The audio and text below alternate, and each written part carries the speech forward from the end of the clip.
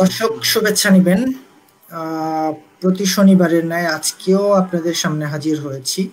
আজকের বিষয়টি হচ্ছে স্বপ্ন ও লেখাপড়া কিভাবে হবেন সবার সেরা।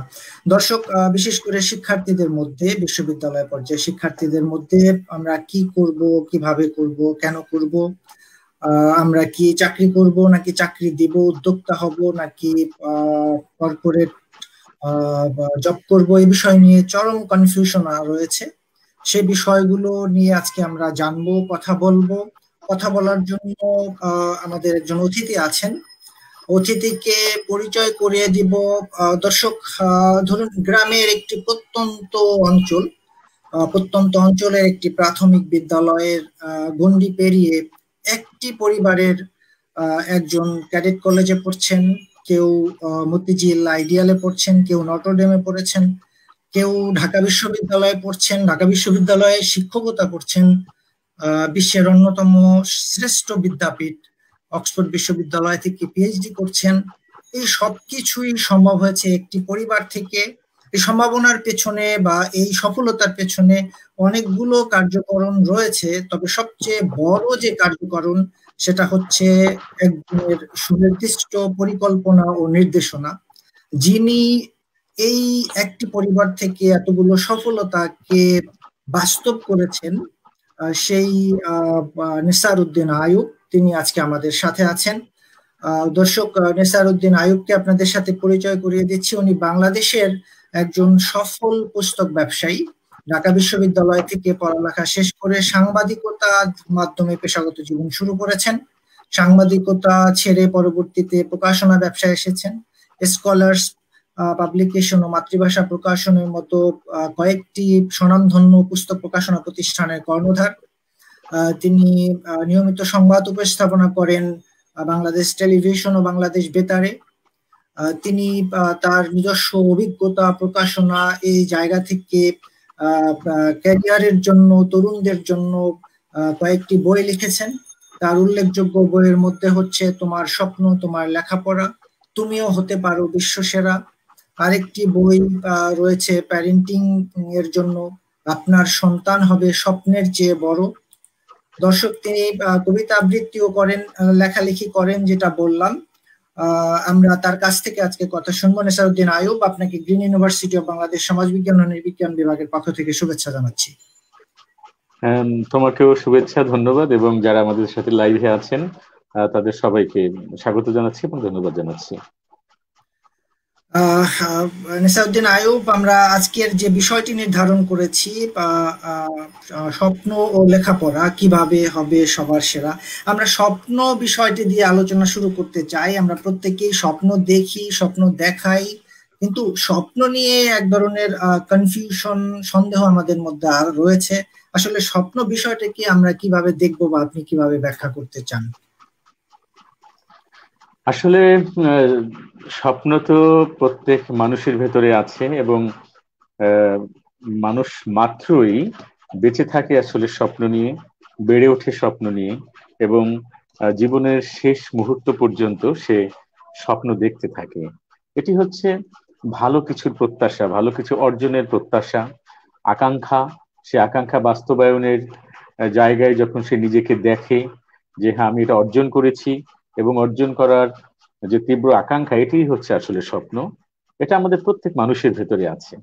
এটা শুরু হয় একজন মানুষ যখন বুঝতে শেখে, কথা বলতে শিখে, তখনই কিন্তু এটা শুরু হয়। যেমন একজন শিশু কিন্তু বলে যে আমি এটা হব, আমি ওটা হব, এবং সে একেবারে যখন 3-4 বছর বয়স, যখন সে মাত্র কথা বলতে শিখেছে, তখনই কিন্তু একটা বিমান উঠতে দেখে সে বলে যে আমি বিমানের পাইলট হব। কিংবা সে বলে যে আমি একটা গাড়ি চলতে দেখেন, যখন সে প্রথম গাড়ি দেখে বলে যে আমি গাড়ির ড্রাইভার হব। কিন্তু একটা বড় লঞ্চে চললে সে যখন দেখে এই লঞ্চটা চালিয়ে নিয়ে যাচ্ছে একজন মানুষ, আহ একটা মানুষ এত বড় লঞ্চ চালিয়ে নিয়ে যাচ্ছে, সে বলে যে আমি একদিন এই লঞ্চ চালক হব। আমরা একটা কবিতার কথা জানি, সেই যে অনেক আগে পড়েছিলাম, যদিও সেই বাস্তবতা এখন আর নেই, যে বলেছে মা যদি হন রাজি, বড় হয়ে আমি হব খেয়া ঘাটের মাঝি। মানে ওই ছেলেটা দেখতো যে খেয়াঘাটের মাঝি এত মানুষ পারাপার করে, তার এত মূল্য, সে পান না করলে তো মানুষ ওপার যেতেই পারে না। কাজে তার তখন মনে হয়েছে যে আমি খেয়াঘাটের মাঝি হব। কিন্তু আমরা যখন গ্রামে ছোটবেলায় পড়েছি, যেটা তুমি বললে যে তোমারও অনেকটা তাই বা আমারও, আমাদের প্রত্যন্ত গ্রাম থেকে শৈশব শুরু হয়েছিল এবং প্রাথমিক শিক্ষা মাধ্যমিক শিক্ষা আমরা গ্রামে অর্জন করেছিলাম। সেই সময় কিন্তু আমাদের স্কুলের হেড স্যারকে আমরা খুব আদর্শ মনে করতাম। মনে হতো যে আমি হেড স্যারের মধ্যে একজন মানুষ হবে, এটি ছিল তখন স্বপ্ন। কিন্তু আমরা যখন বড় হই আমাদের স্বপ্নগুলো তখন পাখা মেলতে শুরু করে এবং উঠতে শুরু করে। তখন আমরা হতে হতে অনেক কিছু হতে চাই। হ্যাঁ, এবং এই স্বপ্নটি আমাদের মধ্যে তৈরি হয় আমাদের পারিপার্শ্বিকতার আলোকে। আমরা যা দেখি তার আলোকে স্বপ্ন তৈরি হয়। এজন্য আমরা বলি যে শিশুদেরকে কতটা বেশি দেখানো যায়, তার মনের জগৎকে কত বেশি বড় করা যায়, সে আসলে তত বড় করে স্বপ্ন দেখতে পারবে। তাহলে স্বপ্ন কি সেটি তুমি বলেছিলে, এটি হচ্ছে জীবনে প্রতিষ্ঠিত হবার এবং বড় হবার একটি আকাঙ্ক্ষা। হ্যাঁ, এই আকাঙ্ক্ষা নিয়ে আমি আর দিয়ে একটা কথা বলি। আমার একটি বহুল প্রচলিত কথা আছে প্রেসিডেন্ট বারাক ওবামার ব্যাপারে। আমরা জানি তার শৈশব কেটেছিল ইন্দোনেশিয়ায়। তার আহ ইসের বাবার পেশার সুবাদে সে ইন্দোনেশিয়া গিয়েছিল। আহ আমি নিশ্চিত নই বাবা না মায়ের পেশা, তার বাবা মা যখন ডিভোর্স হয়ে যায় আমেরিকা থেকে পেশার কারণে প্যারেন্টস এর যে কোনো একজনের, সে ইন্দোনেশিয়া গিয়েছিল। এবং আহ এটা আমাদের অনেকেরই জানা আছে, এটি ভাইরাল হয়েছে সব মানে অনলাইনে অনেক। আমার একটি বইতেও আমি এটা উল্লেখ করেছি। এটা খুবই উল্লেখযোগ্য একটা বিষয়, যে একটি প্রাইমারি স্কুলের শিক্ষক একদিন পঞ্চম শ্রেণীতে ঢুকে জিজ্ঞেস করছে, তোমরা খাতায় লিখো জীবনে কে কি হতে চাও। সবাই লিখেছে যার যার কথা, কিন্তু একজন কিছুই লেখেনি, একটা কালো ছেলে, একটা ব্ল্যাক ছেলে। হ্যাঁ, সে বলছে, স্যার বলছে তুমি লিখছো না কেন? সে বলছে, স্যার পৃথিবীর মধ্যে সবচেয়ে বড় কি? তো উনি রসিকতা করেই বলেছেন যে আমেরিকার প্রেসিডেন্ট সবচেয়ে বড়, কারণ আমেরিকার প্রেসিডেন্ট আসলে পৃথিবীতে সবচেয়ে পাওয়ারফুল। এখন ওই ছেলে পরে খাতার মধ্যে লিখেছে যে স্যার আমি আমেরিকার প্রেসিডেন্ট হতে চাই। এখন এই যে আহ, হতে চাইলো, সেই ছেলেটি আমেরিকার প্রেসিডেন্ট হিসেবে হোয়াইট হাউসে একদিন এসেছিল। সে হচ্ছে প্রেসিডেন্ট বারাক ওবামা। এখন এই যে শিশুরা স্বপ্ন দেখে, এটা নির্ভর করে পারিপার্শ্বিকতা। দেখো বারাক ওবামা আমেরিকায় জন্ম, কিন্তু সে শৈশবে গিয়েছিল ইন্দোনেশিয়া। এই যে তার মধ্যে ডাইভার্সন হয়েছিল, এই যে সে অনেক কিছু দেখতে পেয়েছিল, সেখান থেকে হয়তো তার স্বপ্ন এত বড় হয়েছিল। এই হচ্ছে আসলে স্বপ্ন, প্রাথমিকভাবে আমি এটুকুই বলবো। এরপর এটা নিয়ে আমরা আরো কিছু কথা বলতে চাই। যে আমি কি বলে যাব, না তুমি না, কোনো লিঙ্ক ঠিক ধরিয়ে আছে। দেবো আমাদের সাথে? আমরা মোটামুটি স্বপ্ন সম্পর্কে প্রাথমিক যে ধারণাটা পেলাম। আমরা আমাদের আজকের আলোচনার প্রধান দর্শক হচ্ছে বিশেষ করে শিক্ষার্থীরা, যারা বিভিন্ন বিষয়ে একটু হতাশাগ্রস্ত থাকেন, চিন্তায় থাকেন। একটা পরিসংখ্যান যদি বলি যে বাংলাদেশে প্রতি বছর ২৭ লক্ষ মানুষ শ্রমশক্তিতে যোগ হন। এদের বড় একটা অংশ বিশ্ববিদ্যালয়ে বা কলেজ থেকে গ্রাজুয়েশন কমপ্লিট করা। কিন্তু দেশের কর্মসংস্থানের হিসেবে সেটা ৬ থেকে ৭ লক্ষ কর্মসংস্থানের নিয়মিত ব্যবস্থা আছে। এই চারদিকে তার বন্ধু মহলকে বেকার অবস্থায় দেখে তাদের ভিতরে এক ধরনের হতাশাগ্রস্ততা জন্ম নেয়। বিশেষ করে এর পিছনে আরো অনেক কারণ থাকতে পারে, মোবাইল ফোনের প্রতি আসক্তি, পর্যাপ্ত খেলাধুলা বা দেখার জায়গার অভাব, বিনোদনের অভাব। কিন্তু সামগ্রিকভাবে আমরা তরুণ সমাজকে যে স্পন্টেনিয়াস হিসাবে কল্পনা করি, সে জায়গাতে দেখতে পাই না। এই বিষয়টা আপনি কিভাবে মূল্যায়ন করেন? আচ্ছা, এইটার আগে আমি একটু বলতে চাই যে ওই স্বপ্ন নিয়ে আমি আরেক দু একটা একটু কথা বলতে চাই। সেটি হচ্ছে যে এটি যদি শৈশব থেকে বা পড়াশোনার শুরু থেকেই যদি আস্তে আস্তে আমাদের এটা বোঝানো হয় যে আমার মানব মস্তিষ্ক একটা বিশাল শক্তিশালী বিষয়, সেটা আমার মাথায় রয়েছে এবং আমার সামনে সীমাহীন সম্ভাবনাময় পৃথিবী রয়েছে, এবং পৃথিবীর যে কোনো জায়গায় আমি যা কিছু আমি গ্রহণ করার শক্তি রাখি, তাহলে কিন্তু এই হতাশাটা আসে না। হ্যাঁ, তো এই কথা বলার আগে কেন এই হতাশা আসছে সেটার আগে আমি তোমাকে একটু স্বপ্নর বিষয়ে আরেকটু বলতে চাই। সেটি হচ্ছে যে আহ, এই যে স্বপ্নটা আমরা দেখি বড় হবার, হ্যাঁ, তুমি কি বলতে পারবে যে 5-এ 6-এ 9-এ কেউ হতাশাগ্রস্ত হয়? মোটেই না। তখন তো সামনে সারা পৃথিবী সারা জীবন পড়ে আছে, আমি এটা হব আমি ওটা হব, যা আহ, যা হয়তো আমার কল্পনারও বাইরে, সেটিও আমি হতে চাই। আমি তো চেয়েছিলাম ছোটবেলায়, নিশ্চয়ই তুমিও চেয়েছো, বা তুমিও তো একজন বিশ্ববিদ্যালয়ের শিক্ষক হয়েছো এবারে একেবারে অজপাড়াগা থেকে এসে। এই যে আমরা আহ এইভাবে এগিয়েছি কেউ কেউ, আবার হয়তো আমি যা হতে চেয়েছি তা চাইনি, আমার আরো অনেক উপরে যাওয়ার ইচ্ছে। তুমি বিশ্ববিদ্যালয়ের শিক্ষক হয়েছো, কিন্তু তোমার একজন ভিসি হবার আগ্রহ, তারপর তোমার আরো বড় কিছু হবার আগ্রহ। এইগুলো আমরা শৈশবে এবং কৈশোরে বা এসএসসির আগ পর্যন্ত বা ইন্টারমিডিয়েট পর্যন্ত কিন্তু এটা আমাদের মধ্যে থাকে, কিন্তু স্বপ্নগুলো ফিকে হয়ে যেতে শুরু করে কিন্তু পরে বিশ্ববিদ্যালয়ে গিয়ে বা আরো পরে, কিংবা বিশ্ববিদ্যালয় পাশ করার পরে, যেটা বললে তুমি যে শ্রম বাজারে যে চাকরির স্বল্পতা রয়েছে, সেই সব কারণে। তা এইখানে এই হতাশাটা আসবে না কখনোই যদি আমরা সঠিকভাবে স্বপ্নটা দেখতে পারি। এবং স্বপ্নটাকে ভুলটা কোথায় আমি তোমাকে বলছি, যে স্বপ্নটা দেখতে হবে প্রথমত বড় করে, ইচ্ছে মতো, আকাশ ছোঁয়া একেবারে। আমার একটা বইতে আমি লিখেছি যে মারিয়ানা ট্রেঞ্চ থেকে এভারহাস পর্যন্ত, সুমাত্রা থেকে সুমেরু পর্যন্ত, হ্যাঁ, তারপরে উত্তর মেরু থেকে দক্ষিণ মেরু পর্যন্ত, একেবারে মহাকাশ পর্যন্ত, সকল কিছু আমার স্বপ্ন সীমানার ভেতরে, কোনো কিছু বাইরে নয়। তখন এটা যদি আমরা এভাবে বড় করে দেখতে পারি, দেখতে গিয়ে আমরা যে ভুলটা করি যে আমরা কিছু আমার পক্ষে আদৌ সম্ভব হবে না এমন জিনিসও আমি করি। যেমন কেউ এসএসসি এইচএসসি তে আর্টস পড়ে এইচএসসি পাস করে ফেললো, মানে মানবিক বিভাগে। এখন এই ছেলেটা যে বলে যে আমি চিকিৎসক হবো, খুব ইঞ্জিনিয়ার হবো, তাইলে কি সম্ভব? হ্যাঁ, এটি ভাবতে হবে অন্তত 6-7 এর সময়, যে না, সে তাকে সায়েন্স পড়ানো হবে এবং সে পড়বে, এরপরে সে চিকিৎসক হবে কিংবা প্রকৌশলী হবে। এইভাবে কিছু জিনিস হারিয়ে যদি আমরা, সময় হারিয়ে যদি আমরা স্বপ্ন দেখতে শুরু করি, সেটি কিন্তু বাস্তবায়ন হয় না। এবং স্বপ্ন দেখতে হবে তোমার এটা যৌক্তিক ভাবে দেখতে হবে, এবং এটা যাচাই বাছাই করতে হবে যে আমার পক্ষে আসলে এই সময় কি সম্ভব, কোন স্টেপের পর কোন স্টেপ, কোন স্টেজের পর কোন স্টেজে আমি যেতে পারবো, সেগুলো কিন্তু স্বপ্নের যাচাই বাছাইটা করতে হবে। হ্যাঁ, এরপর স্বপ্নকে একটা যৌক্তিক পরিণতির দিকে নিয়ে যেতে হবে। যে এখন কেউ ভাবছে যে আমি বোর্ডে স্ট্যান্ড করবো, আমি খুব ভালো রেজাল্ট করব, আমি এই 1 লাখ স্টুডেন্টের মধ্যে একজন হব। হ্যাঁ, এখন সেই ছাত্র যদি 5-6 ঘন্টা পড়াশোনা করে, আড্ডা মারে, বেশিক্ষণ অনলাইনে থাকে, তাহলে কিন্তু এই যে যথাযথকরণটা হলো না স্বপ্নের। হ্যাঁ, তাকে ওটা অর্জন করার জন্য কমপক্ষে 9 থেকে 10 ঘন্টা টেবিলে পড়তে হবে, এরপর আনুষঙ্গিক পড়াশোনা করতে হবে, প্রাইভেট ক্লাস, মানে এরপর বাইরে পড়াশোনা, লাইব্রেরিতে পড়াশোনা, পড়াশোনা সংশ্লিষ্ট বিষয়ে ব্যস্ত থাকা, এই নিয়ে তাকে 15-16 ঘন্টা ব্যস্ত থাকতে হবে। তাহলে সে বলতে পারে না আমি 1 লাখ 2 লাখের মধ্যে প্রথম হব। হ্যাঁ, এটা বলতে পারে। এই যে একটা স্বপ্ন দেখা এবং যথাযথভাবে সেই দিকে যাওয়া। এরপরে আহ বুদ্ধিমানের স্বপ্ন বনাম বোকার স্বপ্ন, এই বিষয়টাকে বুঝতে হবে যে বোকারা শুধু ঘুমিয়ে ঘুমিয়ে স্বপ্ন দেখার মতো দেখেই যাচ্ছে, আর বুদ্ধিমানরা একটা স্টেপ থেকে আর একটা স্টেপে যাওয়ার জন্য পরিশ্রম করে। এইভাবে যদি আমরা আগাই, তাহলে কিন্তু এই হতাশাটা আসবে না ছাত্র জীবনে। এরপর তুমি যে শ্রম বাজারের কথা বলছো বা চাকরির বাজারের কথা বলছো, যেটা বলছে যে আমাদের তরুণদের মধ্যে একটা হতাশা আসছে, সেক্ষেত্রে আমাদের যে ভুলটা হচ্ছে এখন, এই ভুলটা আমি বলবো আমাদের শিক্ষা ব্যবস্থারই ত্রুটি।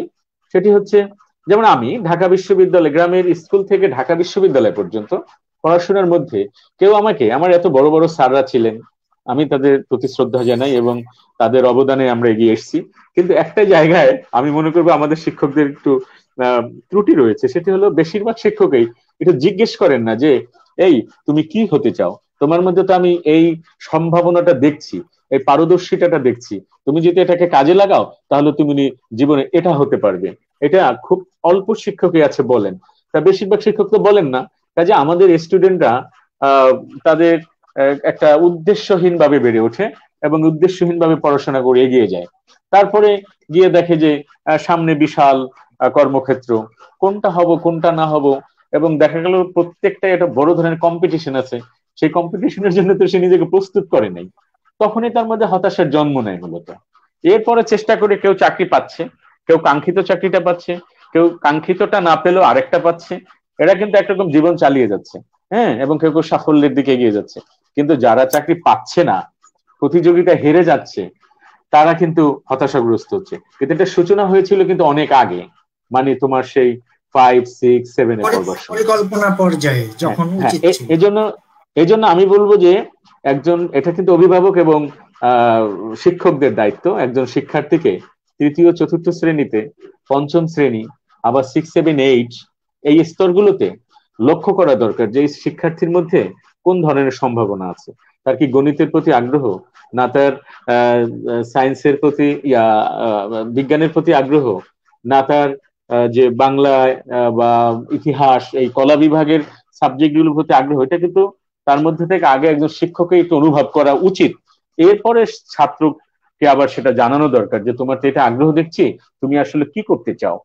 এরপরে ছাত্রর আগ্রহটা জানা দরকার, তারপর তাকে সেই সুযোগটা দেওয়া দরকার।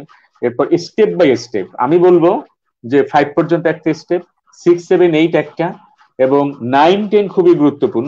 ওই সময় সে কোন বিভাগে পড়বে সেটি ঠিক করে দেওয়া দরকার, সায়েন্স পড়বে না আর্টস পড়বে না কমার্স পড়বে সেটি ঠিক করে দেওয়া দরকার, এবং ভবিষ্যতের কর্মক্ষেত্র যে পরিবর্তন হচ্ছে এই বিষয়ে তাকে একটা ধারণা দেওয়া দরকার।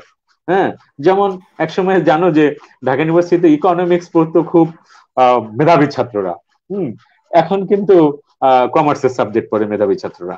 হ্যাঁ, এখন সায়েন্সেরও অনেক সাবজেক্ট, মাইক্রোবায়োলজি বা এই টাইপের সাবজেক্ট কিন্তু একসময় খুব মেধাবীরা নিত, এখন কিন্তু সেটা না হয়ে অনেক নতুন নতুন সাবজেক্ট এসছে, জেনেটিক ইঞ্জিনিয়ারিং, বায়োটেকনোলজি, এই টাইপের সাবজেক্ট গুলো কিন্তু এখন পছন্দ করছে। এই যে পরিবর্তনটা, এটি তো একটা ছেলেকে 6, 7, 8 বসে একজন শিক্ষক দেবেন বা একজন অভিভাবক দেবেন, ওই সময় তো এত কিছু জানে না। এইভাবে ওকে যদি আমরা গড়তে পারি তাহলে আমার মনে হয় পরবর্তীতে এই অসুবিধাগুলো হয় না।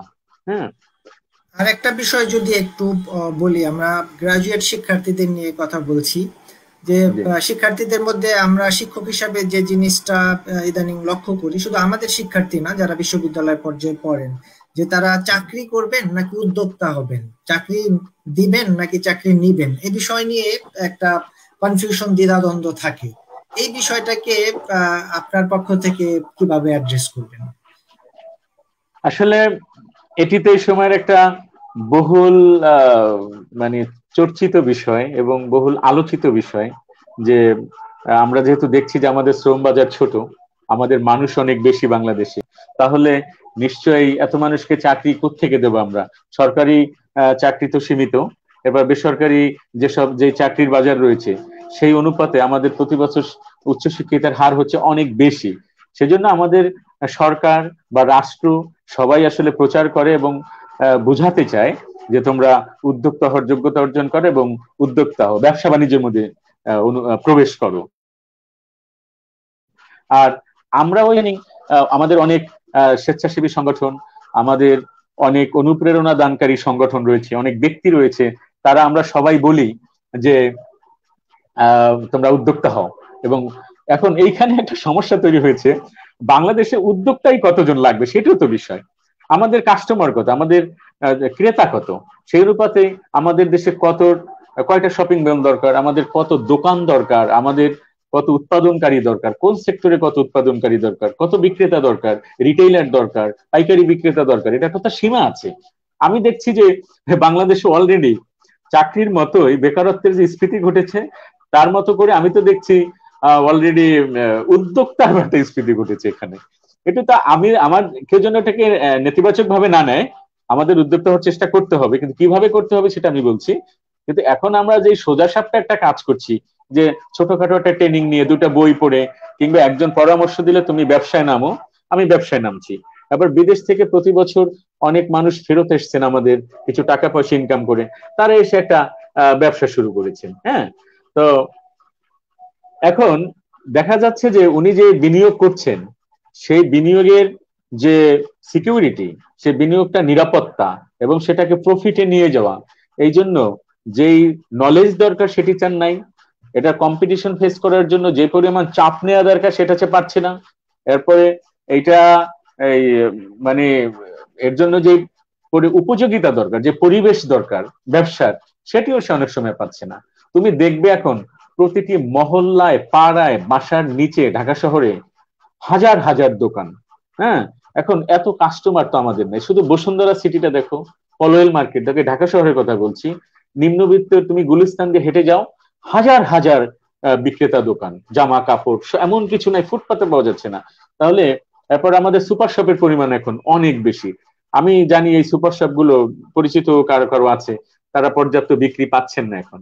আমি বলবো যে এই যে না, আমরা যে বারবার বলছি এখন যে উদ্যোক্তা হওয়ার জন্য সবাই চেষ্টা করো, আমি মনে করি এইখানেও আমাদের একটু ভাববার বিষয় আছে। এখন আমরা এগুলো এখন একটু কম প্রচার করব, এবং নীতি নির্ধারক যারা রাষ্ট্রের বা যেসব কর্তৃপক্ষ এগুলো প্রচার করেন, আমি বলবো এখানে একটু আপনারা দাঁড়িয়ে একটু সামনে ভাবেন, তারপর আমরা প্রচার করি। কারণ এই অবিবেচনা প্রসূত ভাবে যদি আমরা এখন এই উদ্যোক্তা বাড়িয়ে ফেলি এইভাবে, আমি ব্যক্তিগতভাবে, আমি নিজেও একজন ব্যবসায়ী, আমি দেখেছি ইসলামপুরে যত কাপড়ের দোকান দরকার তার থেকে অন্তত 10 গুণ 15 গুণ বেশি আছে। এখন 80% কাপড়ের দোকান ক্রেতা পাচ্ছে না।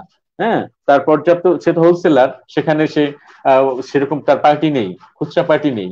আমার বাংলা বাজারে, আমার বইয়ের পুস্তক জগতে এখন, যেমন আমি পরিসংখ্যান জানি, আমার আমার সেক্টর বলে বাংলাদেশে 26,000 বইয়ের লাইব্রেরি রয়েছে।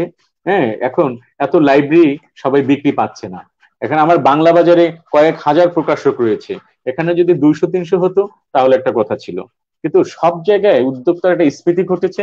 কাজে আমি বলবো না যে এখন এটা ঠিক এইভাবে স্বল্প জ্ঞানে, স্বল্প মেধায়, স্বল্প অভিজ্ঞতায়, স্বল্প পুঁজি নিয়ে সবাই লাভ দিয়ে নেমে যাবে, এটি ঠিক নয়।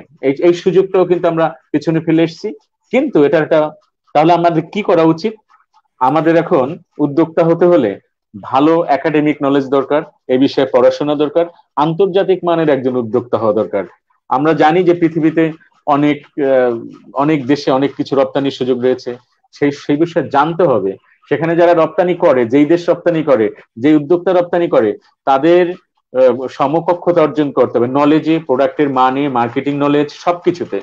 তখন গিয়ে এই লোকটা বহির্বিশ্বের সাথে ব্যবসা করতে পারবে।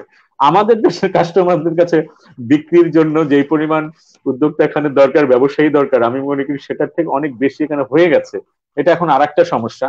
প্রচুর মানুষ প্রতি বছর ব্যবসার উদ্যোগ নেয় এবং তারা পুঁজিটা হারিয়ে পরে একেবারে দেউলিয়া হয়ে যায় বা নিঃস্ব হয়ে যায়, এবং তারা পরিবারের জন্য হ্যাঁ হ্যাঁ আরা হতাশাগ্রস্ত হয়।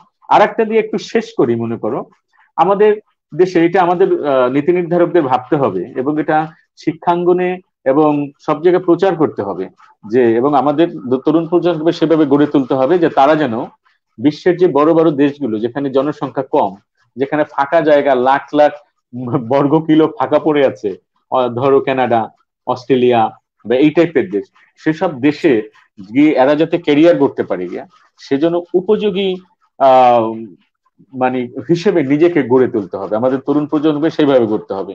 আর সেটা গড়তে হলে আমাদের এখনকার যে পড়াশোনার মান, এটাকে অনেক বৃদ্ধি করতে হবে। আমাদের শিক্ষা প্রতিষ্ঠানগুলো যেভাবে চলছে গ্রামে, আমরা তো জানি, এবং আমি যেহেতু একাডেমিক বই নিয়ে কাজ করি, বই প্রকাশ করি, সেহেতু আমি কিন্তু জানি যে বাংলাদেশের শিক্ষা প্রতিষ্ঠানগুলোর অবস্থা কি।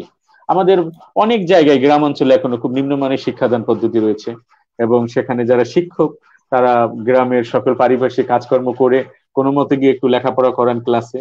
এই ধরনের পড়াশোনা থেকে ওই শ্রেণীর যোগ্য নাগরিক এখন গড়ে উঠবে না, যারা আন্তর্জাতিক বাজারে প্রতিদ্বন্দ্বিতা করে ভবিষ্যতে ওই সব দেশের নাগরিকদের সাথে কম্পিটিশন করে ক্যারিয়ার করতে পারবে এবং পেশায় যেতে পারবে এবং সফল হবে, এবং বাংলাদেশের জন্য তারা বিদেশি অর্থ পাঠাবে, এখানকার পরিবারের সুখে থাকবে।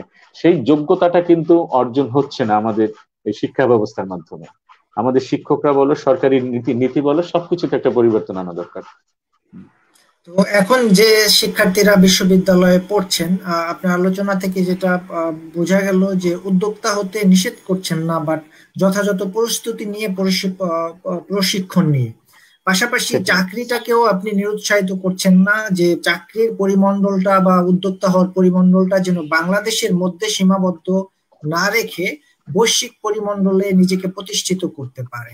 এটার জন্য বিশ্ববিদ্যালয় পর্যায়ের একজন শিক্ষার্থী ইন্টারমিডিয়েট পাশের পরে যখন বিশ্ববিদ্যালয়ে ভর্তি হন, আসলে আমাদের স্কুল লেভেলে শিক্ষার্থীরা অত ভালো বুঝেন না, শিক্ষকরা ওইভাবে গাইডও করতে পারেন না, কিন্তু বিশ্ববিদ্যালয়ের শিক্ষার্থীরা কম্পারেটিভলি একটু ম্যাচিউর হয়। তারা কিভাবে নিজেদেরকে প্রস্তুত করলে 4-5 বছর পরে তারা জব মার্কেটে বা উদ্যোক্তা হতে গেলে সেখানে কম্পিট করে টিকে থাকতে পারবে?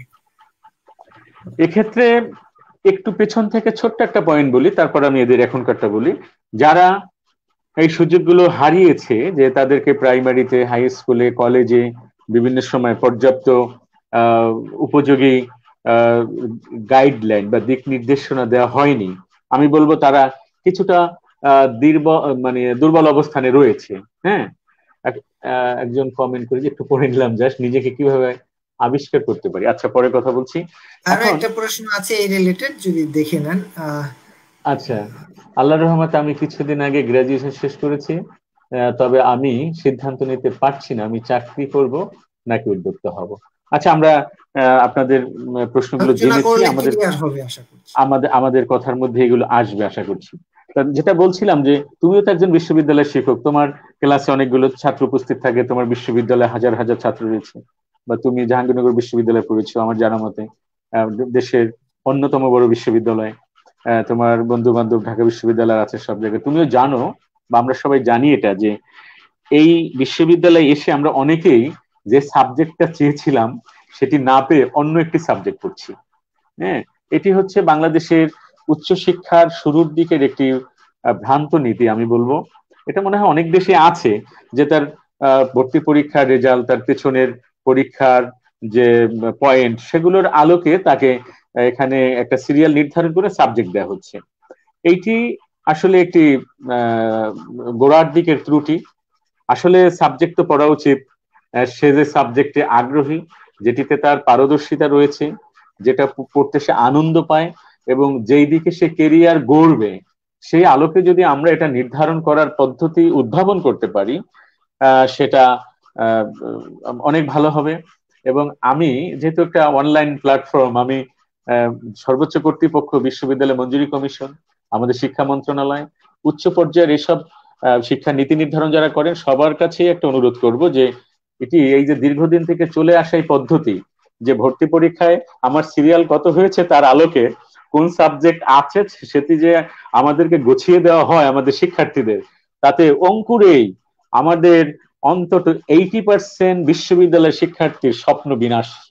অঙ্কুরেই, মানে সে চেয়েছে ইংরেজি পড়তে, পেয়েছে ইতিহাস, সে চেয়েছে অর্থনীতি পড়তে, পেয়েছে রাষ্ট্রবিজ্ঞান। এইটি হচ্ছে শুরুতেই আহ একটা মারাত্মক ত্রুটি এটা আমাদের। এবং অনেক ছাত্র আমি ঢাকা বিশ্ববিদ্যালয়ে দেখেছি, বা অন্যান্য বিশ্ববিদ্যালয়ে অনেক ছাত্র সারা জীবনে এটিকে আর ওভারকাম করতে পারে না, এই ত্রুটিটাকে, এটাকে এই ব্যর্থতার গ্লানি সে বয়েই চলে সারা জীবন, মৃত্যু পর্যন্ত। কাজে এখানে একটা সংশোধন আনা দরকার, সেটি করতে পারেন এইসব বড় বড় কর্তৃপক্ষ আমি যাদের কথা বললাম।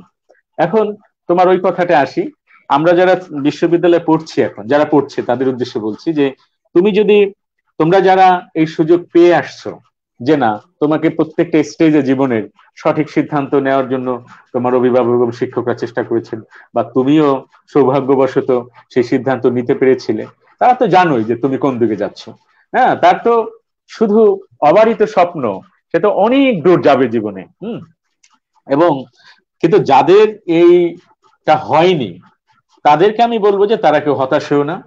কারণ জীবনের আশা আকাঙ্ক্ষার প্রতিফলন ঘটানোর জন্য, স্বপ্ন পূরণের জন্য, কাঙ্ক্ষিত লক্ষ্যে যাওয়ার জন্য যে কোনো বয়সে, যে কোনো জায়গায় বসে আসলে শুরু করা যায়।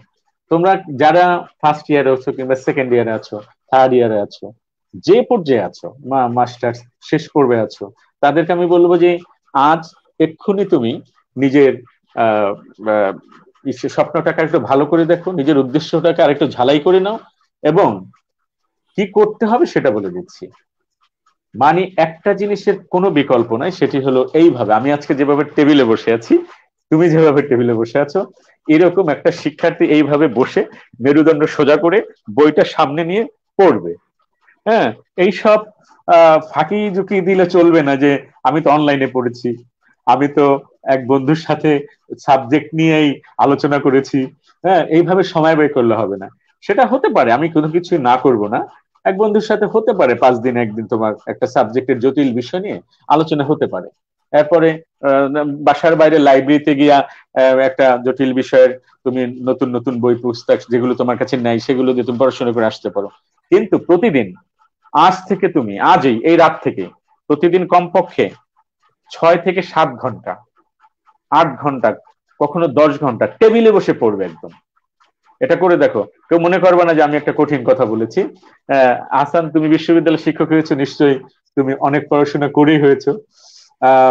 এই যে ডক্টর মুশতাক আমার ছোট ভাই, তুমি বললে যে আমরা এক এক ভাই এক এক জায়গায় থেকে এইভাবে ভালো জায়গায় পড়েছি বা প্রতিষ্ঠিত। তো মুশতাক কে এখনো গভীর রাতে ওকে ঘুম পাড়াতে হয় বলে যে তুমি ঘুমাও। হ্যাঁ, সে এখন বিশ্ববিদ্যালয়ের শিক্ষক, সে অক্সফোর্ড বিশ্ববিদ্যালয় থেকে পিএইচডি করে এসেছে, কিন্তু এখনো সে সারা রাত পড়তে চায় এবং পড়ে। এখন আমি দেখেছি তারাই বড় হয় যারা বেশি পড়াশোনা করে।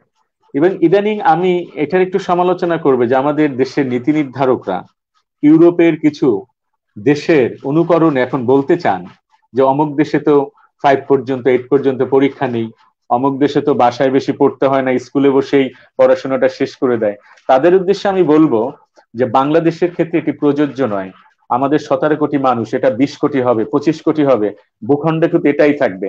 আমাদের শিক্ষার্থীদের কম্পিটিশন করতে হবে বহির্বিশ্বের সাথে, আমাদের শিক্ষার্থীদের কম্পিটিশন করতে হবে কানাডার সাথে, ইউরোপের, সুইডেনের সাথে, চায়নার সাথে, জাপানের একজন নাগরিকের সাথে। আর 3 বছর 5 বছর পর, এখনই অলরেডি এটা শুরু হয়ে গেছে।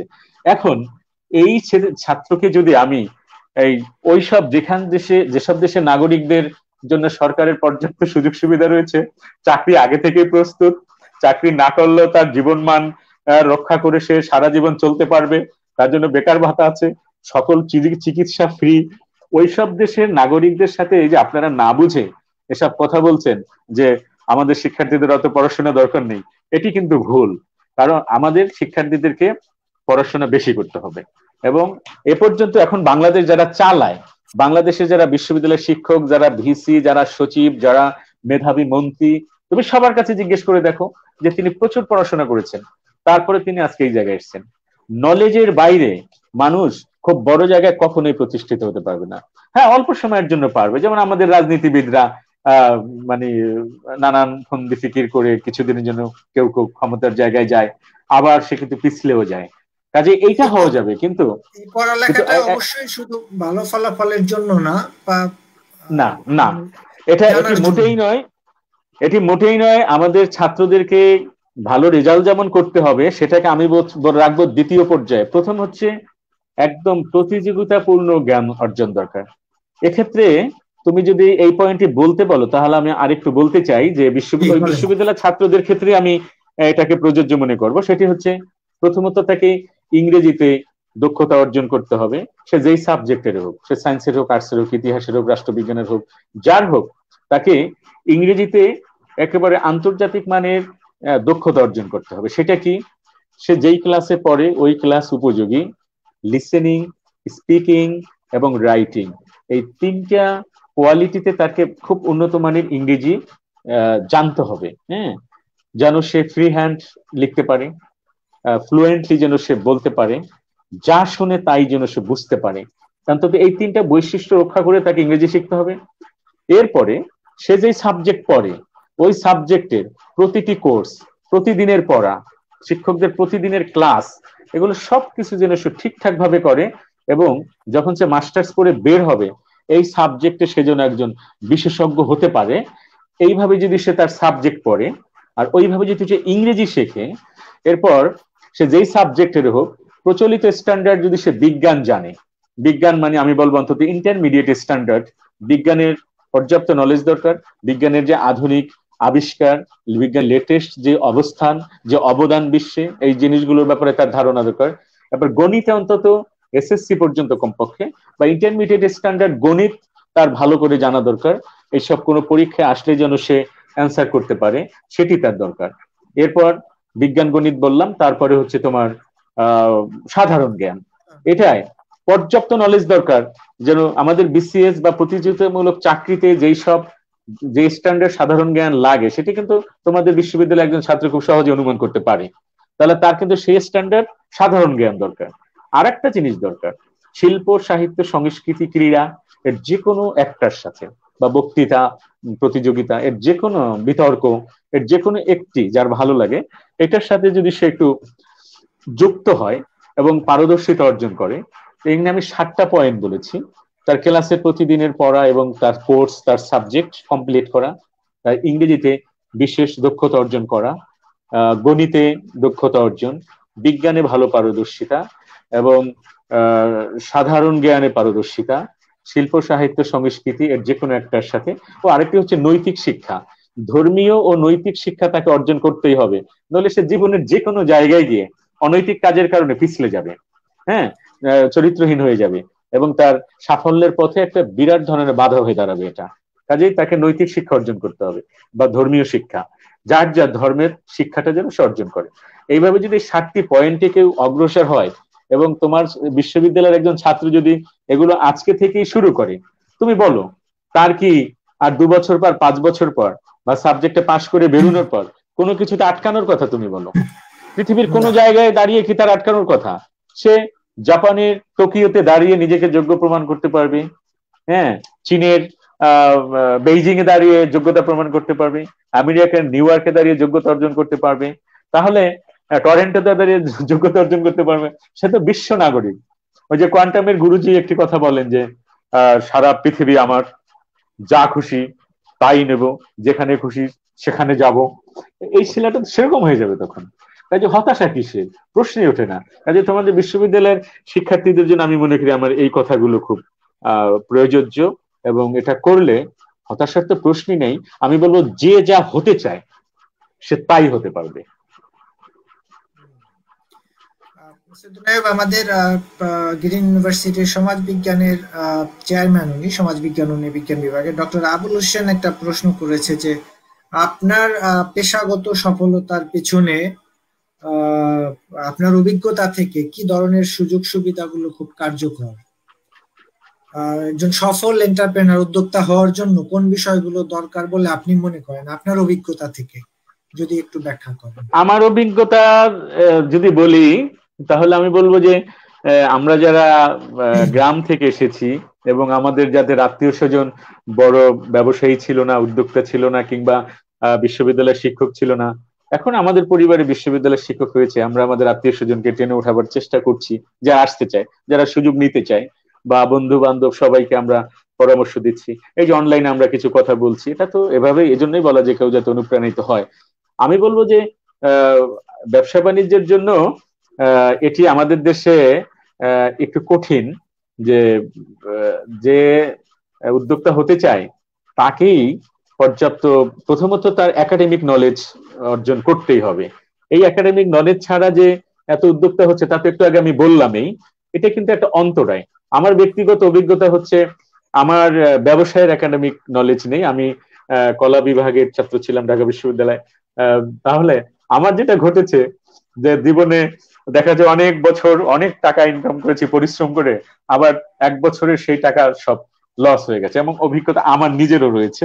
কাজেই এবং যখন তুমি তোমার পুঁজি হারাবে বা বড় অঙ্কের প্রফিট হারাবে, তখন কিন্তু তোমার মানসিক অবস্থার একটা অবনতি ঘটবে, এবং তোমার সামাজিক ভাবমূর্তির অবনতি ঘটবে, এবং পাওনাদার এবং একজন ঋণগ্রস্ত ব্যক্তির যা যা সমস্যা হয় সবকিছু হবে, কিন্তু এটা একটা বিরাট সমস্যা। তখন দেখা যায় আমাদের মতো উদ্যোক্তাদের সাপোর্ট দেওয়ার জন্য কেউ থাকে না। এমন কেউ থাকে না, আমাদের বাবা মারা এমন নন যে, আমরা তো ধরো দেশের বড় শিল্পপতি ছেলে নই, যে বললো যে ঠিক আছে তুই 10 কোটি লস করেছিস, আচ্ছা যা টাকা দিয়ে দিলাম, টেনশন করিস না। এইটা কিন্তু আমাদের নেই। কাজে আমি বলবো যে স্যার এই প্রশ্নটা করেছেন তোমাদের বিশ্ববিদ্যালয়ে, উনি তো বিজ্ঞ মানুষ, উনি হয়তো আমাদের থেকে এটা ভালো জানেন, তবে উনি প্রশ্ন করেছেন, ওনাকে ধন্যবাদ যে এই আলোকে আমরা আমাদের কথাগুলো বলতে পারছি। সেটা হলো, আমার ব্যক্তিগত অভিজ্ঞতা বেশ জটিল, মানে অনেক তিক্ত, এবং আমি মনে করি যে অনেকগুলো পরিশ্রমের কষ্টের স্তর পার হয়ে হয়ে আমাদের মতো উদ্যোক্তাদের আগাতে হয়। মানে কোনো কুসুমাস্তীর্ণ পথ এখানে নেই, খুবই কণ্টকাকীর্ণ পথ, এবং কিন্তু এই পথ পাড়ি দিয়ে ওপারে যেতে হবে, এই তীব্র জেদ, বাসনা, আকাঙ্ক্ষা এটা থাকতে হবে। আর কোনো অর্জনই অবশ্য পৃথিবীতে খুব সহজ নয়, যে অর্জন সহজ সে অর্জনের আনন্দ নেই এবং তাতে সম্মানও নেই। হ্যাঁ, যেমন ধরো একজন 5 কোটি টাকার মালিক হয়েছে, একটা 6তলা বাড়ি করেছে ঢাকা, কিন্তু তার বাবার কিছু ছিল না, তাকে কিন্তু সবাই এটার জন্য বিরাট একটা বাহবা দেয় এবং সে একটা মর্যাদা সম্মান পায়। কিন্তু যার বাবা ঢাকা শহরে আগেই 10টা বাড়ি আছে, সে যদি ব্যবসা করে 5 কোটি টাকা ইনকাম, যার 100 কোটি টাকার মালিক, যার বাবা গ্রুপ অফ কোম্পানিজের মালিক, ও যদি কোথাও 5 কোটি টাকা ব্যবসা করে প্রফিট করে, এটা কিন্তু কেউ বলে না এটা। কাজেই এখান থেকে আমরা বুঝতে পারি যে কষ্ট করে অর্জন করলে সেটার আনন্দ আছে, সেটির সম্মান আছে, এবং সেখান থেকে অন্যরাও অনুপ্রেরণা পায়। কাজেই আমার অভিজ্ঞতা থেকে আমি বলবো যে এই আমাদের মতো জায়গা থেকে যারা আসতে চায়, হ্যাঁ, নিচের দিক থেকে যারা উঠতে চায় পরিশ্রম করে, তাদের জন্য পথ সহজ নয়। হ্যাঁ, অনেক হারিয়ে শিখতে হয় অনেক সময়, এবং এই হারিয়ে না হারিয়ে শেখার উদাহরণ খুব কম। হ্যাঁ, এরকমই আমার অভিজ্ঞতা। তো মানসিক ভাবে শক্ত থাকতে হবে। শক্ত আরেকটি থাকতে হবে। বিষয় একটু আলোচনা করব। আসলে আমরা সাধারণত একাধিক আলোচক রাখি, আপনি একা প্রচুর কথা বলতে হচ্ছে। আমরা আসলে আপনি অনেক অভিজ্ঞ, পাশাপাশি লেখালেখি করেন, এজন্য অনেক ধরনের প্রশ্ন আসছে। কেউ বলছে যে পড়াশোনার মাঝে স্পিডটা হারিয়ে ফেলে, কয়েকদিন ভালো করে এরপরে ধারাবাহিকতা নষ্ট হয়ে যায়, কিভাবে তার ধারাবাহিকতাটা বজায় রাখবে।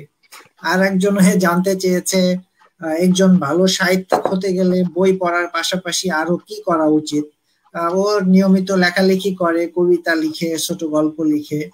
আর একজন বলেছে যে কমিউনিকেশন স্কিল এবং একাডেমিক স্কিল, এই দুইটার মধ্যে আসলে কিভাবে পার্থক্য করবে বা দুইটারই প্রস্তুতি কিভাবে নিবে। এই বিষয়গুলোতে আমরা যাব, তার আগে আমরা আরেকটা বিষয় অবতারণা করতে চাই। সেটা হচ্ছে আমরা আপনার লেখালেখিতেও দেখেছি যে সফলতার বিষয়ে আপনার একটা ভালো ব্যাখ্যা আছে। আসলে আমরা শিক্ষার্থীদের মাঝে দেখি সবার ভিতরে এক ধরনের দুর্বলতা কাজ করে এই বিষয়ে, যে সবাই আমরা সফল হতে চাই, বাট সফলতার মানদণ্ডটা এটা আমরা জানি না বা বুঝি না। আসলে সফলতা নিয়ে আপনি কি ভাবেন, কোনগুলোকে আমরা সফলতা বলবো, কোনগুলোকে বলবো না, সে বিষয়ে যদি একটু বলেন। সাফল্যের ব্যাপারে আমার বইতে আমি 7টি স্তর বলেছি। আর তোমাকে একটু বলে রাখি, আমাদের সময় যখন শেষ হবে তার 5 মিনিট আগে আমাকে একটু বলো, তাহলে আমি বই বিষয়ে তাদেরকে একটু পুরো বইটার একটু ধারণা দিতে চাই। কারণ আমার বই বলে নয়, আমি চাই আমি লিখেছি কি উদ্দেশ্যে তখন আমি বলবো, এবং তাদের শিক্ষার্থীদের উপকারের জন্য আমি সেটা করতে চাই। তো সাফল্যের বিষয়ে আমি যেটা বলেছি, এটা আমার একটু নিজস্ব গবেষণা লব্ধই, এরকম আমি কোথাও পড়িনি। আর তুমি শুনলেও ভালো লাগবে, যারা আমাদের সাথে আজকে লাইভে আছেন বা যারা পরে এটি শুনবেন, আশা করি তারা অনুপ্রাণিত হবেন। সেটি হচ্ছে, আমরা যে প্রাথমিকভাবে ছোটবেলা থেকে বড় হবার যে আকাঙ্ক্ষা জন্মে আমাদের মনে, সেটা মূলত যে আমি বড় একটা চাকরি করব অথবা বড় ব্যবসা করব, আমার সুনাম সুখ্যাতি হবে, আমার ক্ষমতা হবে, আমার অনেক টাকা পয়সা হবে, আমি আরাম আয়েশ করব, আমার পরিবারের জন্য আমি অনেক কিছু করব। এটাই মূলত আমাদের সাফল্যের প্রথম মানে আমাদের কাছে সাফল্যের মাপকাঠি। কিন্তু এটি কিন্তু সাফল্যের মাপকাঠি নয়। আমি বলেছি যে একটি মানুষ জীবনে 7টি স্তরে সফল হতে পারে। প্রথম হচ্ছে যে সে শুধু নিজেকে নিজে বাঁচিয়ে রাখতে পারে, বা এটাকে আমি বলেছি অস্তিত্ব রক্ষা স্তর। মানে যে মানুষটা শুধু নিজেকে টিকিয়ে রাখতে পারে, সেও কিন্তু এক ধরনের সফল মানুষ।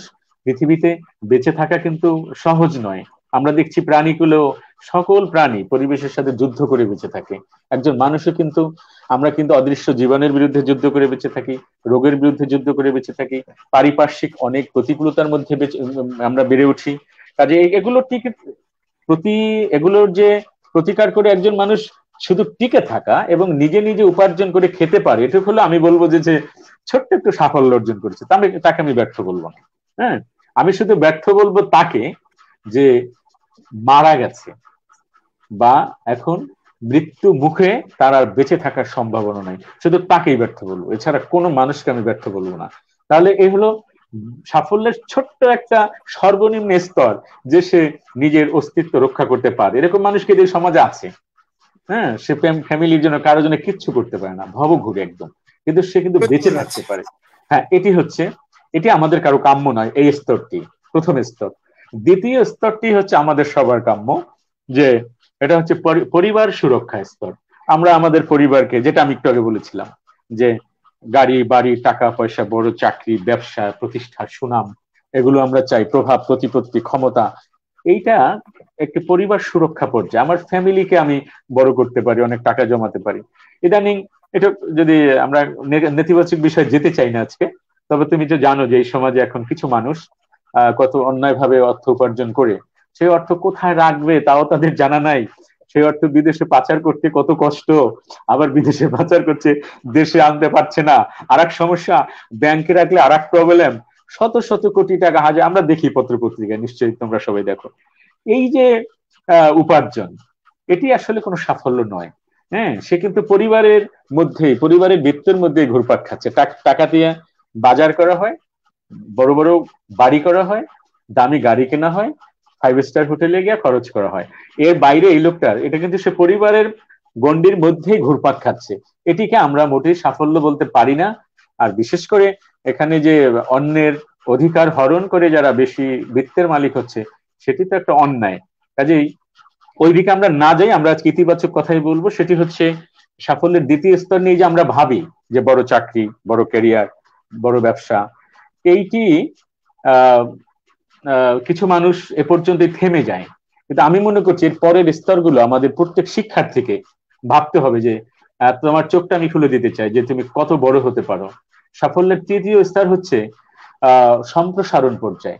এটি হচ্ছে এই পরিবারের জন্য সুরক্ষা সংক্রান্ত সকল কিছু, বিত্ত, নলেজ, বৈভব, সবকিছু যখন তুমি নিশ্চিত করলে, তখন এইগুলো, এই ব্যাপারে মানে এই বিত্ত এবং অর্থনৈতিক বিষয়, টাকা পয়সা, নলেজ, এইসব বিষয়ে তুমি যাতে তোমার পরিবারে বারে হাতটাকে সম্প্রসারণ করতে পারো, পাড়া প্রতিবেশী আত্মীয় স্বজনের দিকে।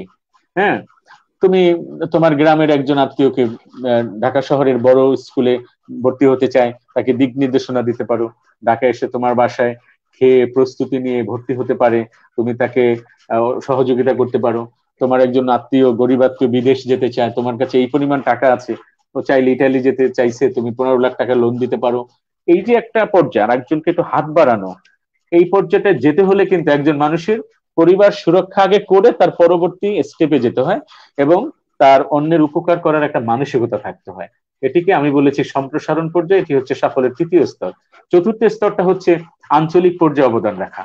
মানে একটি অঞ্চলে একজন মানুষ যাতে অবদান রাখতে পারে। আমরা কালকিনির মানুষ, মাদারীপুরের। দেখো, সৈয়দ আবুল হোসেন নামে একজন ব্যক্তি, তিনি মন্ত্রী হয়েছিলেন, অনেকবার এমপি হয়েছেন। তিনি কিন্তু অনেকগুলো, আমার জানা মতে তিনি 7টি কলেজ প্রতিষ্ঠা করেছেন, অসংখ্য স্কুল, মাদ্রাসা, মসজিদে তিনি অনুদান দিয়েছেন। হ্যাঁ, এবং কি বিশাল বিশাল ক্যাম্পাস করেছেন নিজের টাকায়। এগুলোকে আমি বলবো যে মানে আঞ্চলিক পর্যায়ে অবদান রাখে, একটা অঞ্চলকে একটা মানুষ আলোকিত করতে পারেন।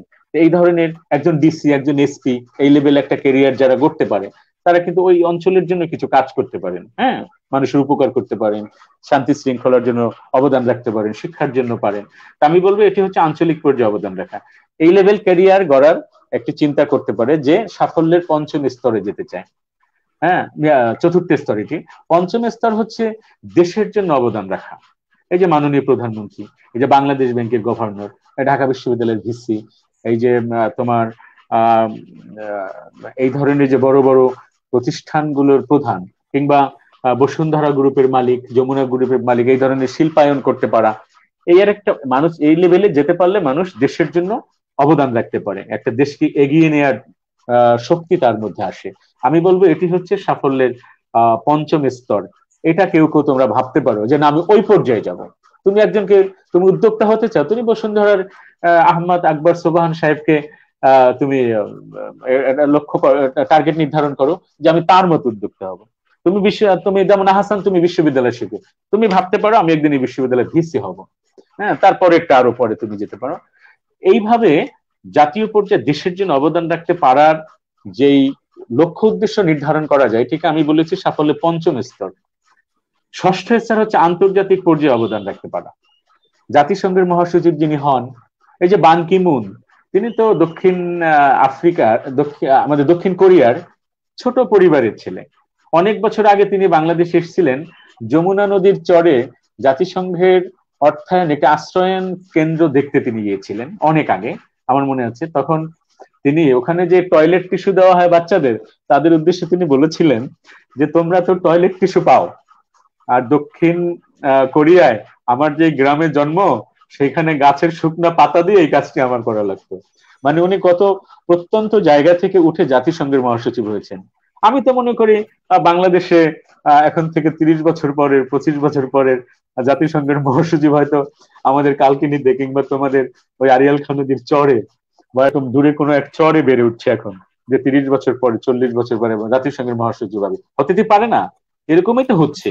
কাজেই আমাদের এই মানে ষষ্ঠ স্তর সাফল্যের এটি আমরা লক্ষ্য নির্ধারণ করতে পারি যে আমরা এই ধরনের আন্তর্জাতিক বড় ক্যারিয়ার করব, যে বিশ্ব স্বাস্থ্য সংস্থার যে প্রধান, যে দেখো আজকে করোনা নিয়ে কত কিছু হচ্ছে, লোকটা সারাদিন অক্লান্ত পরিশ্রম করে সারা পৃথিবীর মানুষকে আশ্বস্ত করে যাচ্ছে একটা মানুষ, উনি হচ্ছে হু এর প্রধান, বিশ্ব খাদ্য সংস্থার প্রধান। তিনি পৃথিবীর যে কোনো জায়গায় খাদ্যের সংকট, তিনি হাত বাড়ালেই খাদ্য পৌঁছে যায় বিমান ভরে। তো এই যে সারা পৃথিবীর মানুষের জন্য অবদান রাখতে পারা, এরকম একটি ব্যক্তিত্ব গড়ে তোলার কল্পনা তোমরা শিক্ষার্থীরা করতে পারো, সেটি হচ্ছে ষষ্ঠ স্তর। সপ্তম স্তর হচ্ছে বিশ্ব সভ্যতায় অবদান রাখতে পারা।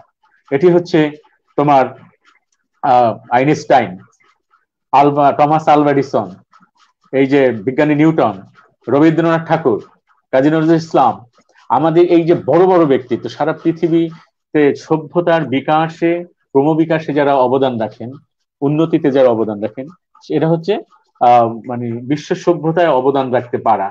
এরা মারা যান কিন্তু তারা হচ্ছেন মহাকালের সন্তান, তারা অনন্তকাল বেঁচে থাকেন তারা আবিষ্কারের মাধ্যমে। এই যে তোমার সাথে আমি লাইট জ্বালিয়ে কথা বলছি, এই বাল্ব তো জ্বলছে টমাস আলভা এডিসনের, তিনি না হলে তো পৃথিবী আলোকিত হতো না। কাজে এই ধরেন সভ্যতা অবদান রাখতে পারা। এখন আমি শিক্ষার্থীদের উদ্দেশ্যে সংক্ষেপে বলতে চাই যে তোমরা এখন ভাবো যে কোথায় রয়েছে সেই অস্তিত্ব রক্ষা স্তর, তারপর পরিবার সুরক্ষা, এটা নিয়ে আমরা সবাই ভাবি। এরপর তুমি সম্প্রসারণ পর্যায়ে নিয়ে ভাবো, তারপর দেশের আঞ্চলিক পর্যায়ে অবদান নিয়ে ভাবো, দেশের জন্য অবদান নিয়ে ভাবো, আন্তর্জাতিক পর্যায়ে অবদান নিয়ে ভাবো, এবং এরপরে তুমি বিশ্ব সভ্যতায় অবদান রাখা নিয়ে ভাবো। এরপর লক্ষ্য নির্ধারণ করো যে তুমি কত বড় হতে চাও, কোন স্তরে যেতে চাও। তারপর দেখবা রাতের ঘুম কোথায় পালায়, কোথায় আড্ডা গল্প উবে যাবে, তুমি কল্পনা করতে পারবে না। ফেসবুকে অনলাইনে ওইসব অলস সময় কাটাবার আর তোমাকে সময় থাকবে না। তোমার সামনে শুধুই বড় স্বপ্ন এবং শুধুই পড়াশোনা, শুধুই ক্যারিয়ার বিল্ড আপ, এরকম হবে আর কি। আমি সাফল্যের ব্যাপারে বলবো যে এই বিষয়গুলো খেয়াল রাখা। টাইম, শিক্ষার্থীরা বলছে যে টাইম কিভাবে ম্যানেজ করবে, লক্ষ্য নিয়ে তাদের লক্ষ্যের ব্যাপারে মোটামুটি ক্লিয়ার হলো। আপনি অবশ্যই ইতিমধ্যে বলেছেন যে কয়েক ঘন্টা পড়ালেখা করতে হবে, বিভিন্ন বিষয় পড়ালেখা করতে হবে, এর পাশাপাশি আর কোনো যদি সুনির্দিষ্ট গাইডলাইন থাকে। আমরা একেবারে আলোচনার শেষ প্রান্তে সামগ্রিকভাবে শিক্ষার্থীরা তাদের কেরিয়ার গঠনে কিভাবে সময় ব্যবস্থাপনা থেকে শুরু করে পরিকল্পনা নিবে, যদি একবারে কনক্লুশনটা করে। এটা আমি একটু সংক্ষেপে বলবো যে একদম রুটিন মাফিক জীবনযাপন করা, একদম সোজা কথায় বলবো। আমি নিয়ে অনেক কথা বলতে পারি, শুধু এটা নিয়ে একটা সেশন করা উচিত। হ্যাঁ, আমরা অল্প সময়ে অনেক কিছু, তার জীবন তো অনেক বড়, পরিকল্পনা অনেক বড়, জীবন যুদ্ধ অনেক বড়, প্রস্তুতি অনেক বড়, এটা নিয়ে আমরা এক সেশনে তত কথা বলে শেষ করতে পারবো না। এক কথায় বলবো রুটিন মাফিক 24 ঘন্টাকে ব্যবহার করা, 6 থেকে 7 ঘন্টা ঘুমাবি, আর তোমার অন্যান্য পারিপার্শ্বিক কাজগুলো করবে 3-4 ঘন্টা, 4-5 ঘন্টা, আর তুমি কমপক্ষে 10 থেকে 12 ঘন্টা পড়ার টেবিলে থাকবে। থেকে দেখো জীবন কোথায় যায়, কিভাবে ভবিষ্যতের সম্ভাবনার আলো তোমার জীবনকে কালকেই আলোকিত করে ফেলে। তুমি একটু চেষ্টা করে দেখো রুটিন মাফিক পড়াশোনা করা, 24 ঘন্টাকে ভাগ করে নিয়ে। চাকরি করতে হলেও পড়তে হবে, ব্যবসা করতে হলেও পড়তে হবে, নিজেকে বর্তমান প্রতিকূল পরিস্থিতিতে টিকিয়ে রাখতে হলেও পড়তে হবে। পড়তে হবে মিন্স সমাজবিজ্ঞান পড়বেন এটা না, পড়তে হবে মিন্স কম্পিউটার সায়েন্স পড়বেন এটা না। পড়ার বিষয় আমাদের সম্মানিত অতিথি অনেকগুলো বিষয় বলল, সবগুলো বিষয়ে পড়তে হবে। এবং যেটা তুমি সবচেয়ে গুরুত্বপূর্ণ কথা বলছে, সময় নষ্ট করা যাবে না। রুটিন করে প্রতিদিন লেগে থাকেন, 1 মাস লেগে থাকেন, 1 বছর লেগে থাকেন, দেখবেন যে আপনি আপনার লেভেলটা চেঞ্জ করে ফেলছেন, আপনি লক্ষ্যের খুব কাছাকাছি পৌঁছে গেছেন। দর্শক, আমরা একবারে শেষ প্রান্তে চলে এসেছি। আমরা আমাদের আজকের আলোচক নেসারউদ্দিন আইয়ুব যে বিষয়গুলো বললেন, ওনার এই বিষয়ে একটা চমৎকার লেখা বই রয়েছে। বইটার শিরোনাম হচ্ছে তোমার স্বপ্ন তোমার লেখাপড়া, কিভাবে হবে সবার সেরা। বইটি সম্পর্কে, বইটি কেন লিখলেন, কোন চিন্তা থেকে লিখলেন, এই বিষয়টা নিয়ে আমরা জানার মাধ্যমে আজকে আলোচনা শেষ করব। আমি বইটি হাতের কাছে রেখেছি, আমি দেখাচ্ছি বইটি। তোমার স্বপ্ন তোমার লেখাপড়া, তুমিও হতে পারো বিশ্ব সেরা। এখানে বইটির যে রয়েছে প্রচ্ছদ, সেখানে দেখা যাচ্ছে একটি রঙিন বৃক্ষ, এখানে অনেকগুলো রঙিন বড় বড় পেশার নাম রয়েছে, এবং দেখা যাচ্ছে যে ওই যে একজন শিক্ষার্থী, সে লাল সূর্য তার মাথার পাশে জ্বলে উঠেছে, এবং সে একটা রঙিন সিঁড়ি বেয়ে ওই স্বপ্নের দিকে যাচ্ছে। এই হচ্ছে এই বইটার প্রচ্ছদ। এই বইটি তোমার স্বপ্ন, মানে তুমি বড় করে স্বপ্ন দেখো, তোমার লেখাপড়া, স্বপ্ন পূরণের জন্য লেখাপড়ার কোনো বিকল্প নেই। আর তুমি হতে পারো বিশ্বসেরা, যদি বড় স্বপ্ন দেখতে পারো, সেই অনুপাতে লেখাপড়া করতে পারো, তুমি বিশ্বের সেরা একজন হবে। আমি এই বইটা নিয়ে একটু মানে 1 মিনিটে ধারণা দিয়ে দিই শেষ পর্যন্ত। বইটার যে বিষয়বস্তু রয়েছে, যে তোমার স্বপ্ন, এই বিষয়ে অনেকগুলো অধ্যায় রয়েছে। জীবনের লক্ষ্য নির্ধারণ, এই নিয়ে অনেকগুলো অধ্যায় রয়েছে। তারপর সঠিক বিদ্যালয় নির্বাচন, সাফল্যের প্রশস্ত পথ, এটা হচ্ছে এই বইটির 3য় অধ্যায়। কোন বিদ্যালয়ে পড়লে তুমি কোন ধরনের কেরিয়ার করতে পারবে সেটি। এরপর 4র্থ অধ্যায় রয়েছে শিক্ষা সংক্রান্ত কয়েকটি মৌলিক বিষয় যা তোমাকে জানতেই হবে, এখানে কিছু বিষয় রয়েছে। তারপর 5ম অধ্যায় রয়েছে মানব মস্তিষ্কের ক্ষমতা সীমাহীন, যা ইচ্ছে হতে পারো তুমি। এরপর এটার 7ম অধ্যায় রয়েছে বইটির, যে লেখাপড়ার আধুনিক 7 পদ্ধতি, তুমি পৌঁছতে পারো সাফল্যের 7ম স্তরে। যে 7টি বিষয় আমি একটু ধারণা দিয়েছিলাম সংক্ষেপে, কিন্তু এটার মধ্যে ডিটেলস রয়েছে। এরপরে রয়েছে অধ্যায় 8, হ্যাঁ 8 না অধ্যায় 7 রয়েছে। 6 নম্বর অধ্যায় হচ্ছে মানুষ বড় হতে পারে 7 স্তরে, কত বড় হতে চাও তুমি, যেটা আমি বলেছি আজকে। অধ্যায় 8 রয়েছে জেগে ওঠো আপন শক্তিতে, তুমি হতে পারো বিশ্ব সেরা। অধ্যায় 9 রয়েছে নিজের কাজ নিজে করো, গড়ে তোলো স্বাবলম্বী জীবন। অধ্যায় 10 রয়েছে প্রযুক্তি, নেশা ও অসৎ সঙ্গ থেকে নিরাপদ থাকো। এরপরে অধ্যায় 11তে রয়েছে সুস্বাস্থ্য সাফল্যের মূল, গড়তে হবে সুস্থ জীবন। বড় হতে গেলে সুস্থ জীবন গড়তে হবে তোমাকে। অধ্যায় 12তে রয়েছে লেখাপড়ার মনোরম পরিবেশ। অধ্যায় 13তে রয়েছে রুটিন প্রণয়ন ও অনুসরণ, লক্ষ্যে পৌঁছানোর দ্রুত যান, যেটা নিয়ে তুমি আমাকে এখন প্রশ্ন করেছিলে। এই বইয়ের মধ্যে বিস্তারিত আলোচনা আছে। এরপর অধ্যায় 14 সুন্দর হস্তাক্ষর পূরণ, সুন্দর হস্তাক্ষর স্বপ্ন পূরণের জাদু। একজন শিক্ষার্থীকে অবশ্যই ভালো হাতের লেখা তৈরি করতে হবে, এবং সেটা তাহলে তার স্বপ্ন পূরণ অনেক সহজ হয়ে যাবে। মানে তোমরা শিক্ষকরা ভালো হাতের লেখা থাকলে পাগলের মতো নম্বর দিয়ে দাও, এটা কিন্তু এই জন্য এটাকে আমি জাদু বলেছি। এরপর অধ্যায় 15 হচ্ছে পরীক্ষার প্রস্তুতি, জিততে হবে প্রতিযোগিতায়। এটা নিয়ে আমি কথা বলতে পারলে খুব ভালো হতো। এরপরে তোমার উচ্চশিক্ষা অধ্যায় 16, এরপর বিদেশে পড়াশোনা অধ্যায় 17, সফল জীবন থেকে অনুপ্রেরণা অধ্যায় এটা হলো 18তম অধ্যায়।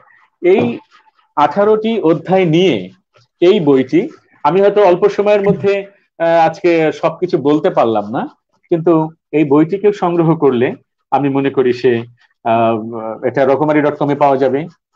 একটা মানুষের জীবন পাল্টে যাবে, এবং বাংলা বাজারে আমাদের মাতৃভাষা প্রকাশ সেটা পাওয়া যাবে, নীলক্ষেতে পাওয়া যেতে পারে, আর রকমারিতে অর্ডার দিয়ে সহজেই সবাই পেতে পারে।